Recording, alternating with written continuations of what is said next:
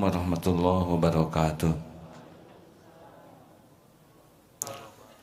Alhamdulillahirabbil alamin. Alhamdulillahilladzi khalaqal mauta wal hayata liyabluwakum ayyukum ahsanu amala wa huwal azizul ghafur.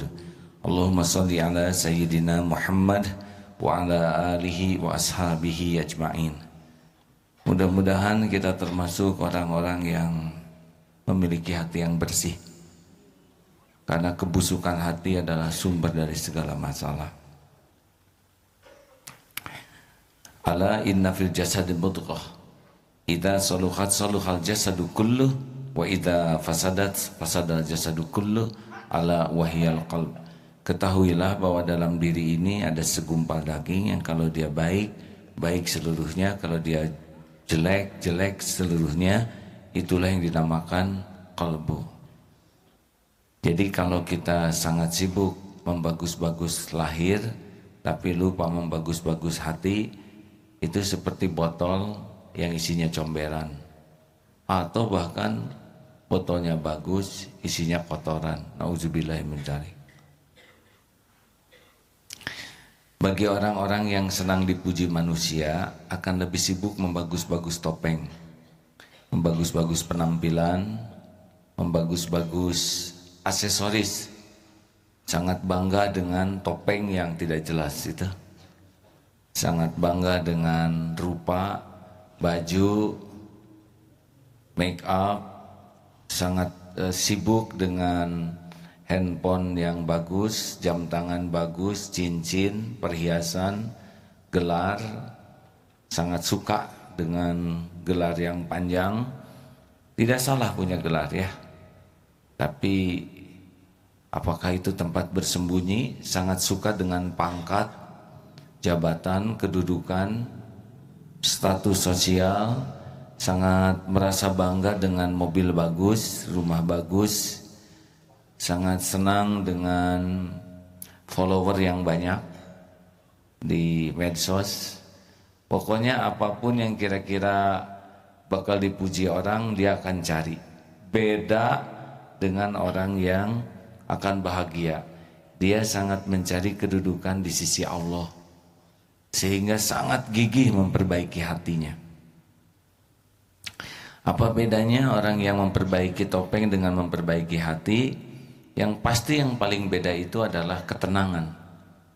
Orang-orang yang sangat sibuk dengan penilaian makhluk, hidupnya tidak pernah nyaman. Hidupnya tidak tenang.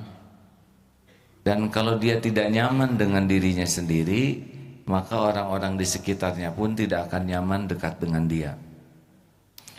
Jadi seorang istri yang sangat sibuk dandan, seorang istri yang sangat sibuk ingin dipuji oleh orang lain, pasti lebih memikirkan tas, memikirkan baju, memikirkan penilaian orang. Ada juga yang sederhana tapi sangat ingin disebut sederhana. Bisa dipahami tidak ini? Dan ada yang ingin kelihatan mewah, tapi ada juga yang ingin dipuji dengan kesederhanaan. Ini sama saja. Sama saja. Sama-sama menuhankan penilaian makhluk. Seorang istri yang sangat sibuk ingin dipuji orang lain, hampir dapat dipastikan dia tidak akan bisa mengurus keluarganya dengan benar. Dia tidak akan bisa mengurus suaminya dengan baik, tidak akan bisa mengurus anak-anaknya dengan baik, karena pikirannya keluar terus fokusnya. Dia hanya akan ala kadarnya saja. Dia tidak akan perhatikan kesehatan suami, makannya, pakaiannya, kesehatan anak. Tidak punya waktu. Jadi orang yang sangat sibuk ingin dipuji orang lain, dia tidak pernah punya waktu untuk amanah-amanah yang dipikulnya. Dia akan lebih sering keluar mencari pengakuan dari orang lain. Mungkin lebih sering ke arisan, ke mall, ke pengajian. Yang di pengajian itu dia bisa memamerkan bajunya, brosnya, tasnya, begitulah. Seorang istri yang sangat sibuk dengan penilaian orang lain tidak akan betah di rumah. Mengapa? Karena orang yang di rumah tahu modal ibunya. Jadi respeknya akan kurang, penghormatannya akan kurang. Jadi si istri ini tidak nyaman di rumah karena dia tidak dihormati sebagaimana dihormati di luar. Maka akan keluar terus, keluar.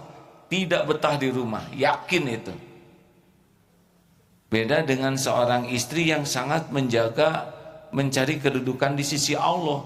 Maka keluarga itu menjadi prioritas utama. Perasaan anak, kesehatan, pikiran, pendidikan anak. Akibatnya si anak akan merasa nyaman karena diperhatikan. Bisa dipahami nih adik-adik nih. Ini para calon suami.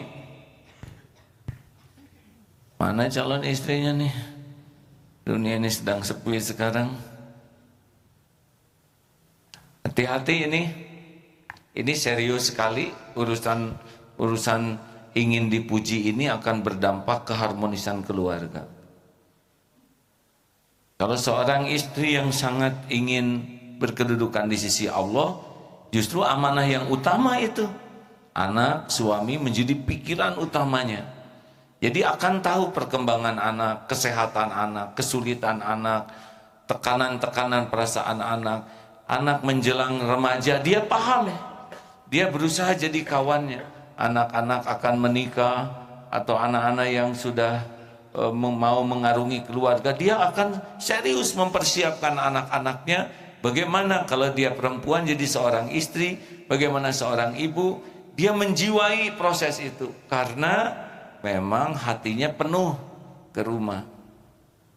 Tapi bagi yang pecinta pujian, enggak bisa. Tidak peduli kepada perkembangan anak kecil, anak SD, anak SMP, masa puber, dia nggak akan peduli. Anak lagi banyak masalah, tidak, karena dia sangat peduli kepada dirinya supaya dilihat bagus oleh orang lain, dilihat keren, dilihat hebat, dilihat pinter, dilihat soleha. Dan ini bad news. Apa bad news? Bed itu tempat tidur. Ini adalah berita buruk bagi orang yang hidupnya sibuk. Jadi kalau orang menuhankan penilaian orang tuh benar-benar dampaknya bukan hanya pada dirinya, pada suaminya, pada anak-anaknya, mertuanya who care? Siapa peduli ke mertua? Nggak kepikir mertua tuh, ya. Jangankan mertua, orang tua sendiri saja nggak begitu kepikir. Karena orientasinya diri. Bagaimana saya kelihatan hebat, bagaimana saya kelihatan keren, bagaimana saya kelihatan bagus, bagaimana saya kelihatan mempesona. Dia nggak pernah peduli apapun selain dirinya sendiri. Ini menuhankan diri sendiri. Mudah-mudahan yang belum menikah jangan dapat istri kayak gini ya. Beban lahir batin bagi seorang suami. Sekarang suami centil. Sama, suami yang sangat ingin dilihat hebat oleh orang lain, ingin kelihatan suami hebat, ayah teladan, tapi pikirannya adalah penilaian orang, tidak akan bisa ngurus keluarga. Yakin tuh.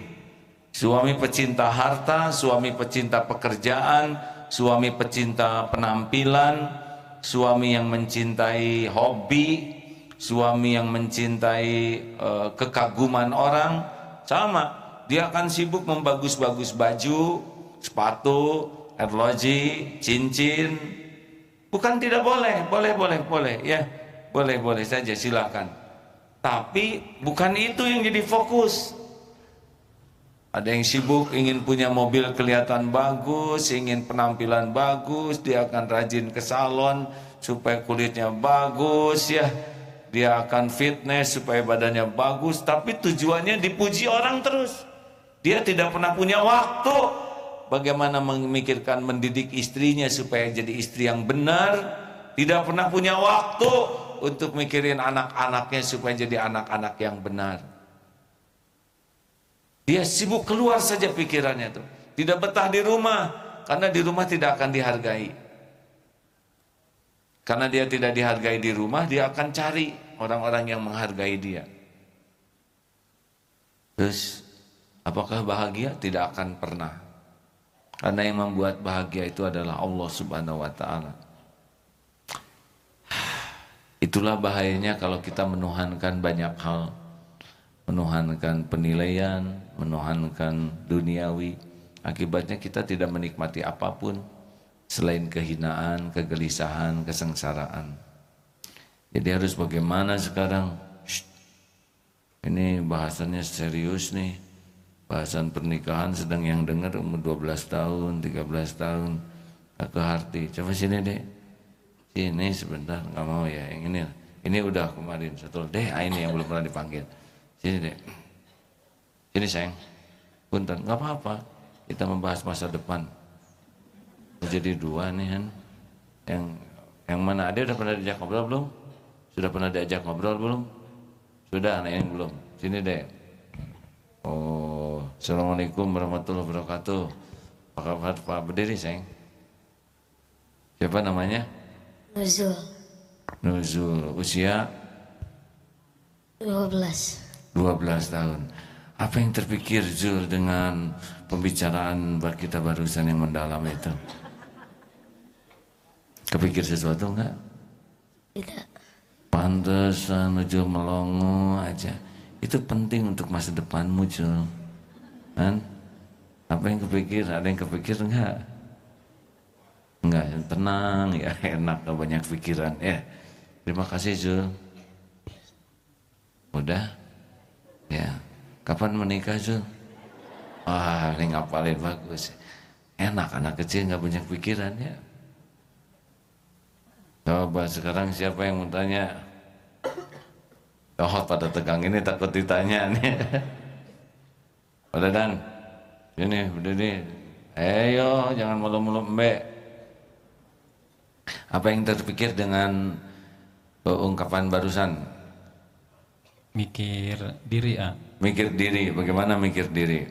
takdirnya walaupun di level ya saya sederhana, tapi ada saat-saat tampil itu, ada saat-saat tampil, bahkan satu saat juga tampil di majelis karena tahu saya dari Darut Tauhid, saya muridnya A. Bahkan apa yang terjadi dulu baru ketemu sekarang.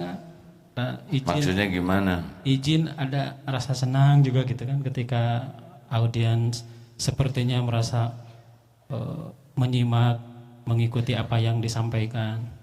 Jadi ini yang sampaikan oleh barusan ternyata memang berbahaya sekali berorientasi pada diri. Tidak bertanggung jawab keluar tapi ya menikmati diri sendiri gitu ketika menyampaikannya. Dan takdirnya kan selama ini di SSG 200, 300, 400 orang, ini luar biasa peluang dosanya. Pada Dan ini pimpinannya, komandannya santri siap guna saat ini ya. Jadi komandan dihormat-hormat dong ya. Ya, ada saatnya juga kan kalau santri-santri baru tuh suntangan gitu. Waduh, itu gimana? Padahal kan eksim kemarin udah sembuh belum kan? Saya eksim hati. Kalau dulu kan sering mengungkapkan kata-kata ini. Nah, rasanya itu legit gitu. Pernah kan menyampaikan itu bahkan berulang. Nah, terasa juga memang ada, bahkan ketika ada santri yang tidak suntangan tuh ini membeda. Kurang hormat. Kenapa nggak suntangan gitu? Oh, berarti memang luar biasa sekali ini latihan untuk apa? Ya qalbun salim itulah. Nah, begitulah hadirin, kalau tidak hati-hati, dihormati, dihargai itu membuat kita tidak jujur melihat siapa diri kita yang sebenarnya. Padahal kan tidak wajib suntangan kita ya. Belum lagi tangannya penuh dosa ya. Siapa? Tobat kalau gitu. Siap. Ya, baik. Alhamdulillah, terima kasih. Nah, memang ceramah ini yang paling penting adalah kita berhasil untuk melihat siapa diri kita ya. Kalau untuk menilai orang lain paling mudah, tapi apa gunanya kita menilai orang kalau kita tidak bisa menilai diri kita sendiri, betul? Ayo semuanya memikirkan, semua penyakit hati diawali dengan sibuk menuhankan yang lain selain Allah. Menuhankan penilaian makhluk. Orang-orang yang menuhankan penilaian makhluk tuh, merek tuh menjadi andalan. Padahal mereknya cuma merek saja, benar? Dan masalahnya di pesantren ini nggak tahu merek yang mahal yang mana itu. Jadi udah capek-capek nyicil beli yang ori, tetap aja disangka KW, kan tidak enak. Tahu ori dan KW tidak? Nggak ngerti lagi santri mah. Ori itu original. KW itu apa KW itu? Hah? Saya juga malah nggak tahu Pak, apa artinya KW? Oh, kualitas 2. Oh, jadi KW itu yang tiruannya gitu. Nah hadirin, ayo salah satu yang membuat kita sengsara itu adalah ingin. Yang harusnya kita tuh melakukan bukan karena ingin, tapi karena perlu. Seperti kita ingin beli sepatu, ingin beli apa saja yang kita mampu beli, itu ingin tuh lebih dekat dengan nafsu. Ada orang yang hidupnya diperbudak keinginan. Pernah saya lihat di Discovery Channel itu ada suami istri yang rumahnya penuh dengan barang Pak, dan barang apapun segala macam, sampai di gudang di mana, dan mereka penyakitan karena barang-barang yang dibeli itu numpuk dan banyak binatangnya, sampai betul-betul penyakitan.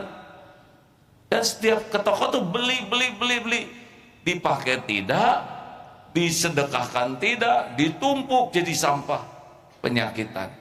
Apa artinya hidup kayak gini ya? Ingin.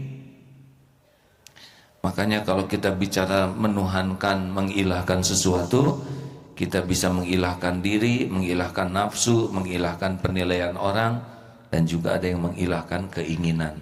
Cirinya yang dituhankan itu bagaimana cirinya? Cirinya pada waktu sholat. Siapa yang tiap sholat ada terus dalam sholat kita, nah itu sudah mulai menjadi ilah kita tuh. Hadir aja dalam sholat itu. Tiap sholat ada dia, tiap sholat ada dia. Nah kalau orang sudah dominan sesuatu selain Allah dalam sholatnya, nah berarti dia sudah mengilahkan sesuatu selain Allah. Jadi kalau kita ingin tahu siapa yang kita tuhankan dalam hari-hari kita, memang kita nyebut asyhadu alla ilaha illallah mulut, tapi apakah hati kita dan sikap kita menuhankan Allah? Salah satu cirinya adalah pada waktu sholat. Periksa sholatnya, siapa yang selalu ada dalam sholat. Nah kalau konsisten ada terus dia, nah itu sudah jadi ilahnya tuh. Ada juga yang ganti-ganti, Allahu Akbar. Aduh, kata sebagian ibu-ibu mungkin yang penggemar tas, itu tas keren banget tuh. Jarang yang pakai di pengajian, Allahu Akbar. Tapi harganya ampun, sama Allah. Tapi kan bisa dicicil. Allahu Akbar. Berapa kali ya nyicilnya? Allahu Akbar. 12 mungkin bisa. Oke lah, Allahu Akbar. Tapi uang mukanya dari mana? Allahu Akbar. Yang ini aja dijual setengah harga. Oh iya ya, siapa yang beli? Allahu Akbar. Nanti ya bilang sama Sumila di taman Allah, gembira aja, Assalamualaikum, ceria ya. Karena dia sudah menemukan solusi di dalam. Ada yang gitu nggak sih Bu? Saya mau kira-kira aja. Kalau saya kuda ya, Allahu Akbar. Kuda teh gagah, Allahu Akbar. Mahal, makannya gimana? Rumput musim kering deh, mana Allahu Akbar. Jadi tegang sholat tuh ya. Hadirin sekalian, hati-hati. Kalau kita tidak waspada, hidup ini terus berlanjut sengsara, hina, dan bisa celaka. Mari kita periksa siapa yang mendominasi hati kita.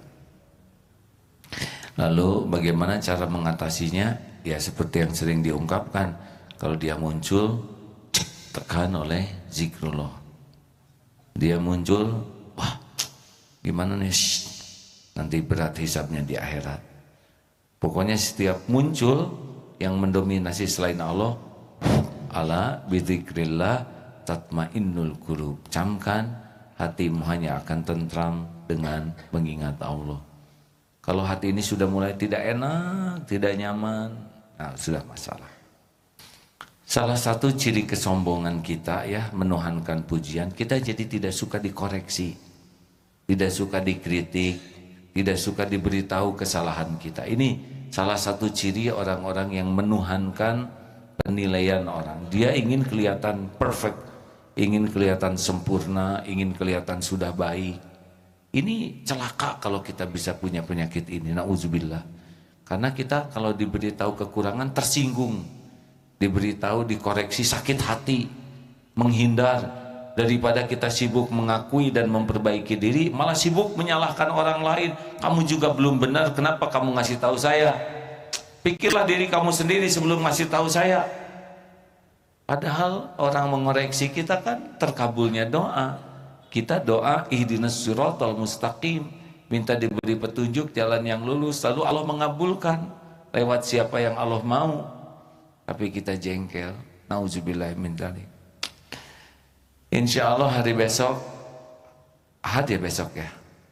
Hari Ahad besok ceramah di Istiqlal. Istiqlal itu sudah mulai tahun 99, sudah 18 tahun ceramah di sana. Alhamdulillah, walaupun badai dulu tetap saja konsisten.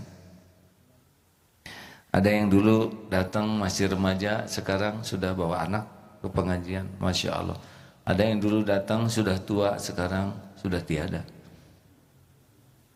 Begitulah waktu berganti terus. Silakan bagi teman-teman yang ingin hadir di Istiqlal besok.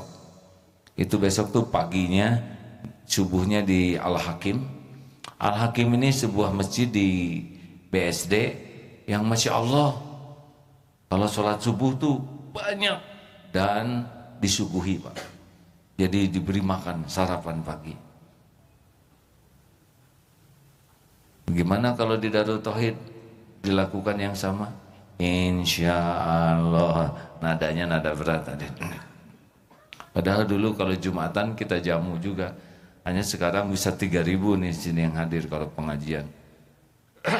Lalu jam 8-nya di Asyarif, Asyarif itu masjidnya sekolah Al-Azhar di BSD juga. Alhamdulillah itu bersebelahan dengan taman kota. Jadi ada yang di Taman Hati, ada yang di Taman Kota. Ada yang di Taman Surga, ada yang di Taman Kota. Jadi banyaknya di Taman Kota juga. Mudah-mudahan suatu saat selain olahraga fisik langsung masuk ke masjid. Dan jam 10 di mana? Di Istiqlal insya Allah. Nah, sorenya ada pernikahan siapa tuh? Cinta Bella apa yang Bella Negara apa Cinta Laudia? Saya tuh nggak ngerti tuh yang nikah tuh. Yang nikah dengan orang Malaysia siapa? Artis siapa?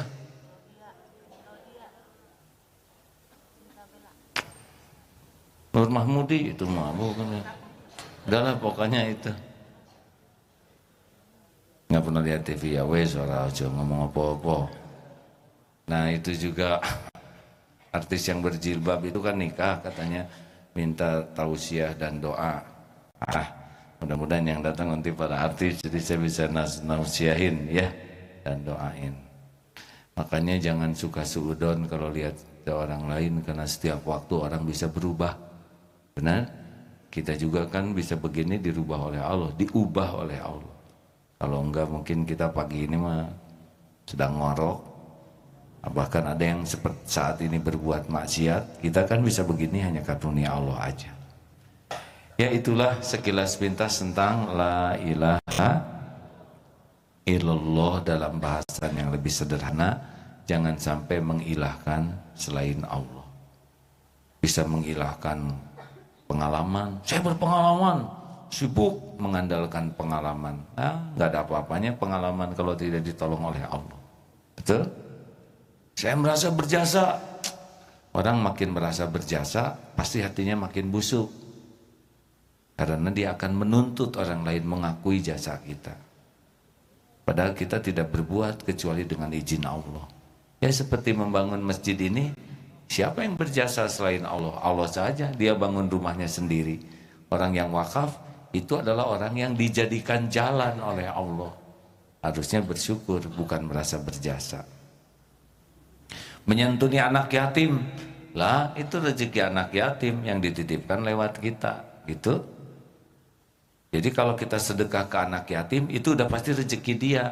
Kita jadi jalan. Kalau kitanya ikhlas, nggak merasa berjasa, baru pahalanya untuk kita. Kalau kita merasa saya sudah, nah hilang pahalanya. Tetap saja rezeki mereka dapat. Makanya jangan merasa berjasa. Ada yang mau kita diskusikan? Silahkan telepon ya, telepon dulu. Telepon bagi yang belum pernah telepon, silakan. Dan pendengar dimanapun Anda berada. Ini jadi berguna hari ini enggak? Jadi alhamdulillah. Silakan penelpon. Baik, sahabat MK dan pendengar dimanapun Anda berada, tiba saatnya Anda dapat berinteraksi bersama kami di pagi hari ini melalui line telepon kami di 022-201-7076. 022-201-7076 dapat Anda pergunakan di pagi hari ini. Baik, alhamdulillah saat ini kita pun telah bersama dengan seorang jamaah. Kita akan menyapa. Assalamualaikum warahmatullahi wabarakatuh. Waalaikumsalam warahmatullahi wabarakatuh. Baik, dengan Ibu siapa, di mana Ibu? Dengan Umu Royan dari Kopo. Baik, silakan Ibu. Assalamualaikum, Mak. Waalaikumsalam warahmatullahi wabarakatuh. Alhamdulillah, Ibu dapat ilmu dari barusan yang diterangkan sama Ibu dulu. Bukan Ibu mau cuman Ibu dulu. Ibu ditinggalkan anak. Cuman Ibu mau menghiburkan diri, melupakan anak itu. Ibu bisnis. Jadi Ibu waktunya banyak dipakai bisnis. Anak yang Ibu yang ada itu ada di rumah yang memperhatikan, cuman Ibu waktunya banyak bisnis. Jadi Ibu sekarang anak Ibu 3, semuanya udah rumah tangga, perempuan semua. Jadi sama Ibu dipakai pelajaran, anak Ibu nggak sampai seperti Ibu. Sekarang anak Ibu semuanya sarjana tapi nggak boleh kerja, kata Ibu. Udah aja urus rumah tangga. Pendapat itu Ibu nggak zalim ke anak gitu. Sebab kalau perempuan bukan nggak boleh kerja, tapi kalau kerja ini kan dengan rumah tangga nanti kan perempuan masuk ke ambisi. Jadi kalah yang pasti menang bisnis atau kerja, rumah tangga dilalaikan. Kata Ibu, anak Ibu udah punya anak, udah aja urus anak, rumah tangga urus. Insya Allah penghasilan suami insya Allah barokah. Pendapat itu Ibu betul membimbing anak. Terima kasih Ibu, tunggu di radio. Ibu kenapa sedih gini? Ingat masa lalu? Iya, ingat Ibu. Ibu nyesel banget. Gak bisa dimundurin ya Bu ya? Iya, doakan Ibu mudah-mudahan husnul khotimah. Amin ya rabbal alamin. Baik Bu. Iya, terima kasih Ibu dengar di radio Baik, insya Allah. Assalamualaikum warahmatullahi wabarakatuh. Waalaikumsalam warahmatullahi wabarakatuh. Banyak pelajaran dari Ibu ini ya. Pada prinsipnya wanita itu memang diberi amanah di rumah, berbeda dengan lelaki. Tetapi tidak setiap keluarga memiliki kondisi yang sama. Juga ada beberapa wanita yang juga punya potensi yang berbeda. Yang paling penting adalah jangan sampai kita menuhankan pekerjaan, menuhankan sehingga mengabaikan ke Allahnya menjadi abai, kepada amanah-amanah yang lain jadi abai. Ada juga yang bisa bekerja tetapi keluarga tetap terurus dengan baik. Ada karena sangat disiplin ya membagi waktunya. Di Darut Tauhid juga banyak santri karya akhwat, tapi besar harapan tetap menjaga amanah-amanah yang ada di rumahnya sehingga adil, proporsional. Ada yang memang lebih bagus di rumah saja, tapi ada yang setengah. Mungkin ada juga pekerjaan di luar, tapi di rumahnya juga sangat terjaga. Tapi kalau memang harus semua wanita bekerja, kurang pas, karena sebetulnya laki-laki lah yang paling bertanggung jawab atas keadaan di rumah ini. Kalau ibu sudah terlalu full di luar, dikhawatirkan anak-anak nanti siapa yang ngurus. Ada yang ini tidak selalu buruk ya. Ada yang ibunya bapaknya S2, S3, Tapi anak dititipkan kepada yang belum tamat sekolahnya atau tidak tamat sekolah. Tidak sepenuhnya buruk karena mungkin punya hati dan punya iman ya. Tetapi baiknya memang mengevaluasi semua pihak. Sepakat? Saya juga lagi mikir gini, lagi mengevaluasi diri saya nih. Sejauh mana nih kesibukan saya sehingga mengabaikan kewajiban-kewajiban. Silakan daripada mikir begini nih. Mikir nggak Pak? Mikir apa? Belum sarapan ya? Oh iya memang beda-beda pikiran Pak. Silakan. Baiklah, saat ini kita pun telah bersama dengan sahabat Nadia dari Padalarang. Assalamualaikum warahmatullahi wabarakatuh. Baik, nampaknya terputus. Ya saya yang salah karena pasti udah terlalu lama nunggu di telepon ya. Maafkan ya.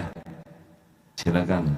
Baik sahabat MK, silakan sampaikan interaksi Anda melalui telepon kami di 022-201-7076. 022-201-7076 dapat Anda pergunakan bersilaturahim bersama dengan kami di kesempatan pagi hari ini. Saat ini kita masih menantikan satu interaksi berikutnya dari sahabat kita di line telepon. Baik. Ada? Baik, ada. Ya. Baik. Assalamualaikum warahmatullahi wabarakatuh. Halo, assalamualaikum. Baik, waalaikumsalam warahmatullahi wabarakatuh. Baik, silakan. Dengan Ibu siapa di mana? Saya Ibu Rima dari Cibaduyut. Baik, silakan Ibu. Ya, halo, assalamualaikum. Waalaikumsalam warahmatullahi wabarakatuh. Maaf, saya mau tanya, tapi mungkin keluar dari tema. Saya mau tanya gimana hukumnya kayak perumahan syariah itu yang sekarang itu kan dia ada dua harga, jadi harga cash sama harga kredit gitu Gimana menurut hukumnya? Apa ada riba atau enggak? Makasih Halo, Bu, stop, halo Bu. Halo, assalamualaikum. Ini perumahan syariah. Ya. Perumahan syariah. Ya. Pasti ada dewan syariahnya kalau gitu ya. Iya. Nah kalau gitu para ulama yang di dewan syariah itu pasti sudah mempertimbangkan segalanya sesuai dengan syariah, ya. Oh iya. Begitulah. Oh, kalau misalkan dua harga gitu nggak apa-apa ya? Ya, nanti harus dilihat konteksnya, ya Bu. Oh iya. Karena saya belum mempelajari situasinya, maka kalau itu sudah ada dewan syariahnya, mesti dewan syariah itu tahu ilmunya sehingga bisa memberikan penjelasan yang bisa dipertanggungjawabkan. Baik, terima kasih banyak. Terima kasih. Ya. Alhamdulillah. Mendengar seperti Ibu tadi ya, bahwa nyesal itu memang tidak datang di awal. Tapi kalau sudah keburu terjadi dan menyesal itu lebih baik. Sehingga bisa menjadi pelajaran bagi anak-anaknya. Silakan penelpon selanjutnya. Di dalam masjid ada yang mau nanya? Hah? Ini masalah pernikahan deh. Ada usia berapaan? Halo, radio boleh masuk juga. Baik, nampaknya kita pun telah terhubung dengan salah satu sahabat MG yang telah terhubung di pagi hari ini. Ada sahabat Nadia kembali yang tadi terputus dari Padalarang. Assalamualaikum warahmatullahi wabarakatuh. Baik, nampaknya kembali terputus. Ya, nah misalkan gini ya, udah nelpon, putus, jangan begitu. Karena itu tidak menyambungkan apa-apa, benar? Sudah, innalillah wa inna ilaihi raji'un. Silakan. Baik, sahabat MG, kami masih menantikan interaksi dari Anda. Silakan sampaikan interaksi Anda kembali kami undang di line telepon interaktif kami di 022-201-7076. Sekali lagi di 022-201-7076. Alhamdulillah, saat ini kita pun telah bersama dengan sahabat Vivi dari Mataram. Assalamualaikum warahmatullahi wabarakatuh. Waalaikumsalam warahmatullahi wabarakatuh. Baik, silakan. Assalamualaikum. Waalaikumsalam warahmatullahi wabarakatuh. Vi. Begini saya sudah berkeluarga, mempunyai 3 anak. Nah, suami bulan Juli kemarin dimutasi jauh lagi dari anak. Nah, kami sadar bahwa anak itu dalam genggaman Allah, tapi secara lahiriah gitu ya, kami berdua terus berpikir seolah-olah kami itu tidak apa ya, dengan anak tidak mengurus gitu, mengurusnya jarak jauh. Sempat saya dua-duanya PNSA, sempat saya bilang sama suami bahwa saya mau lepas gitu ya dari pekerjaan. Malah anak-anak bilang jangan, katanya biarin aja, saya dampingi suami, biarkan bertiga di sini, nggak apa-apa katanya. Anak-anak umur berapa, Bu? Ya, Anak-anaknya umur berapa? Yang nomor 1 nanti November 22 tahun, yang nomor 2 19 tahun, yang nomor 3 SMP di Eko A. Oh, sudah pada cukup dewasa ya? Iya, tiga-tiganya semua di Bandung A, sedangkan saya sekarang ikut suami di Mataram di Lombok. Pulangnya berapa lama sekali itu? Saya belum pernah pulang A, cuman anak-anak kemarin Idul Adha yang di Eko sempat libur 4 hari, anak-anak semua ke Lombok. Ini ada kunjungan nanti orang tua bulan Oktober akhir, ada rencana kami mau ke sana gitu. Jadi pertemuannya cuma via telepon gitu. Bagaimana perasaan Ibu? Ya. Ini ya naluri Ibu ya, dengan suami gimana gitu. Tapi ya tadi komunikasi tiap hari. Tapi anak-anak malah bilang jangan, kami nggak selamanya katanya nanti di Lombok. Mudah-mudahan kita bisa ketemu lagi gitu. Iya, Bu. Baik. Jadi gimana nih? Maksud saya gini, saya sebagai ibu, apakah termasuk ibu yang menelantarkan anak, dan suami saya sebagai kepala keluarga, apakah juga yang termasuk menelantarkan keluarga? Karena di sini pun kami memegang amanah untuk mengurus sebuah instansi. Itu dilema. Di satu pihak kami memegang amanah dari pemerintah, dari rakyat banyak. Di satu pihak kami juga harus memegang amanah anak yang diberikan Allah untuk kami. Iya, Bu. Ini di mana Ibu? Di Mataram sekarang? Iya, di Lombok. Kok dengar ini dari mana? Pakai apa? Saya tiap hari meskipun udah pindah kemana-mana gitu ya, selalu MK lewat handphone. Yang satu ini saya lagi pakai handphone suami saya, nelponnya handphone saya MK. Jadi saya tuh merasa anak-anak dekat gitu, karena MK tiap hari saya setel gitu. Jadi tahu nih maghrib kapan, isya kapan, karena kan bedanya 1 jam Pak. Di sini Iya. setengah. Oh, alhamdulillah. Terima kasih ya, Bu. Iya. Waktu itu juga ketemu TGH Pak Zainul, Pak kami cerita bahwa anak ada di Eko gitu, beliau senang sekali mendengarnya. Dan Pak Gubernur ya? Iya. Ya, salam dari AA kalau jumpa ya. Insya Allah nanti kalau beliau mau kesini lagi juga, insya Allah. Iya. Terima kasih. Assalamualaikum warahmatullahi wabarakatuh. Waalaikumsalam warahmatullahi wabarakatuh. Nusa Tenggara Barat gubernurnya adalah ulama, hafiz Quran. Usianya jauh lebih muda dari Tuan Guru Bajang. Beliau ulama, Masya Allah. Tadi pertanyaannya adalah, apakah begini ya, tiap keluarga tuh unik, tiap keluarga tuh ada ujian-ujian yang berbeda satu sama lain. Jadi yang kita bahas tadi adalah yang bakunya, tapi kadang-kadang ada kejadian yang memang kita tidak seideal yang kita harapkan. Benar? Ada yang tugas, apalagi yang tugasnya sebagai diplomat, pindah-pindah negara, 2 tahun pindah, 2 tahun pindah, anak jauh.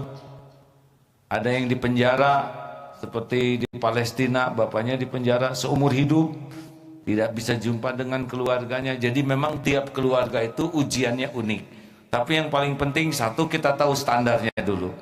Yang kedua, kita berusaha keras ya untuk mencapai apa yang paling disukai Allah dengan keadaan yang sangat beragam ini. Saya juga dititipin anak 11.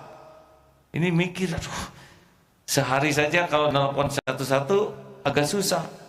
Tapi dari pelajaran dulu gitu, ngedidik anak, ngurus kurang perhatian. Nah sekarang tinggal yang kecil, masih ada yang SD.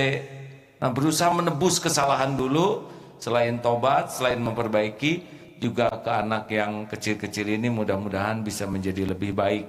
Jadi tidak pernah ada kata terlambat untuk memperbaiki segala sesuatunya ya. Nah, bagaimana kalau situasinya sudah berjauhan begini? Ya pertama harus minta ampun, jangan sampai jauhnya ini karena nafsu. Tapi jauhnya ini memang karena kondisi yang tidak bisa diatasi. Yang kedua, berusaha keraslah kalau waktunya bisa berkumpul. Yang ketiga, kalau masih berjarak begini, manfaatkan teknologi yang ada sekarang.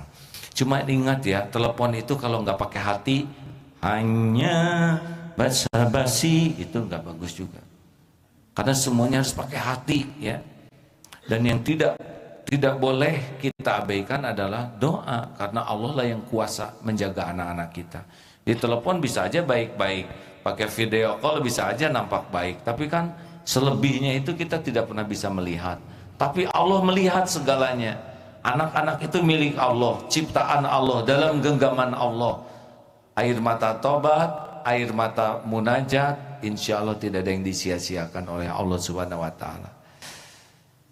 Ya, mudah-mudahan obrolan ini bermanfaat. Terima kasih Bapak Ibu yang baik. Semoga segala keterbatasan dan kekurangan dari perjumpaan ini diampuni oleh Allah dan diperbaiki ke depan, sehingga setiap ucapan, ilmu dan amal semuanya ada di jalan yang Allah ridhoi.